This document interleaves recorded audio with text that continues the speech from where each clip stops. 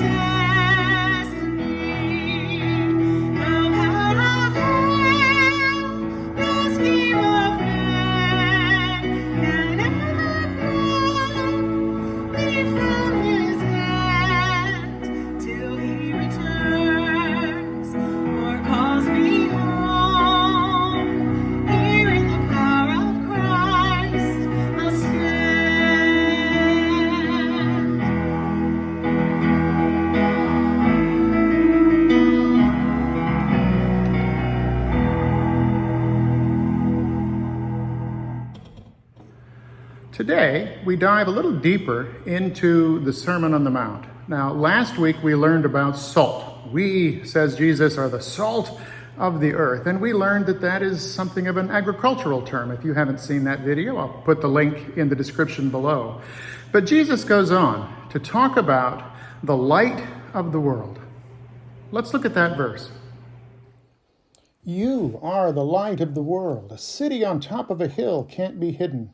Neither do people light a lamp and put it under a basket. Instead, they put it on top of a lampstand, and it shines on all who are in the house. In the same way, let your light shine before people so that they can see the good things you do and praise your Father who is in heaven. Matthew 5:14 through 16. Well, if that's true, wow. I am the light of the world? I thought Jesus was the light of the world. I'm the light of the world? You're the light of the world? We better take a deeper look at that. Light in Greek is phos, and it means light. World, on the other hand, is interesting. While salt of the earth, halos hogio, is agricultural and rich and soily, light of the cosmos, phos hokosmos, light of the world, is more what we mean when we say universe. This is the whole orderly system of existence, the great chain of being. Everything in the universe spinning along exactly as it should be. So cosmos is the Greek term for the world as it was intended to be, or the world as it should be. Now, with that in mind, let's take a look at this verse again. You are the light of the world. A city on top of a hill can't be hidden. Neither do people light a lamp and put it under a basket. Instead, they put it on top of a lampstand, and it shines on all who are in the house. In the same way, let your light shine before people so that they can see the good things you do and praise your Father who is in heaven.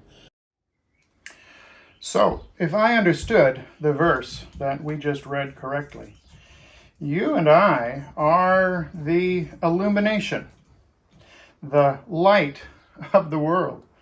Actually, the light of Jesus shining through us. But we are the light that shows the world as it should be.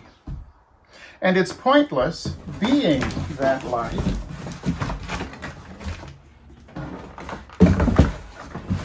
and then hiding it.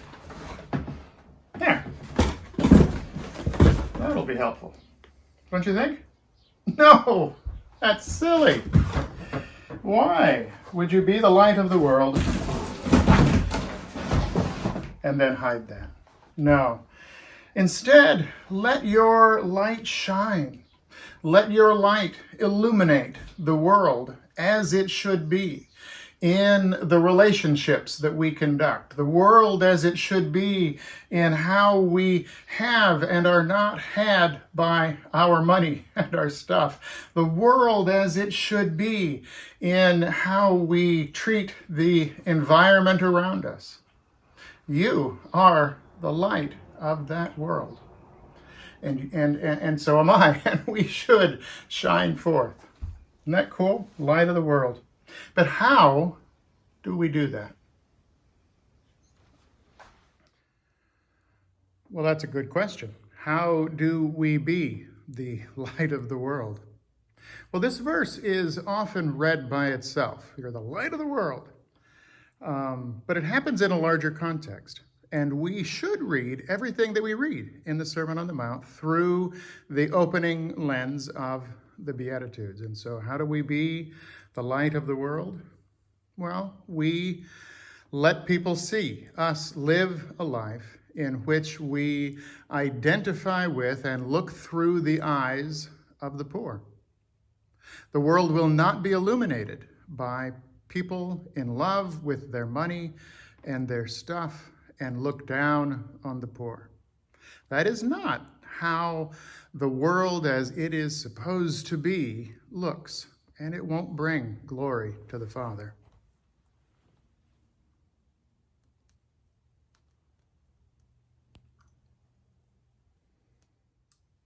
Let people see you living a life in which you allow yourself to feel and be affected by the pain and suffering you see around you and in you. The world will not be illuminated by people who seek to insulate themselves against the suffering around them. That is not what the world as it was intended to be is like, and will not bring praise to the Father. Let people see you living a life of gentleness and meekness. The world will not be illuminated by people who think that aggression, violence, or war accomplish anything but more aggression, more violence, and more war. Well, that is not how the world, as it was intended to be, is like, and it will never bring praise to our Father. Let people see you hunger and thirst for justice. The world will not be illuminated by people who turned a blind eye to injustice and hunger and thirst for whatever promises to distract them from the injustices happening all around them, even if the distraction means they participate in perpetuating the injustice. That is not how the world, as it was intended to be, is like, and does not bring praise to the Father. Let people see you being the one who brings merciful help when and where it's needed. The world will not be illuminated by people who put their own interests first and leave it to someone else to be merciful. That's not how the world, as it was intended to be, works, and it will not bring praise to our Father. Let people see you go through hell and come out shining like newly refined metal, purified in heart. Well, the world will not be illuminated by people who do anything to avoid purifying trauma, and then when it happens anyway, go through it ranting at God and coming out of it bitter and hardened. That's not how the world, as it was intended to be, works, and it will not bring praise to the Father. Let people see you walking in such God-induced peacefulness of soul that any room you walk into grows more peaceful, a peacemaker. The world will not be illuminated by people who create tension and conflict wherever they go. That is not how the world, as it was intended to be, looks, and it will not bring praise to the Father. And let people see you stand publicly for the poor, the suffering, the non-aggressive, the merciful, the pure in heart, the peacemakers, and let them see you handle the societal rejection that can come with that stand with joy. That's better. The world will be illuminated by such people. Now understand, we're not there yet, but we are on a pilgrimage to become such luminous people. Why don't you come along? Amen. Thanks be to God.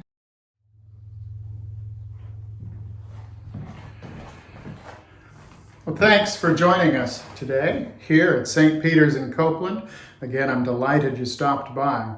Next week, we will press on with Sermon on the Mount. But this week, may we all go out and be the light of the world. Amen. We'll see you next week.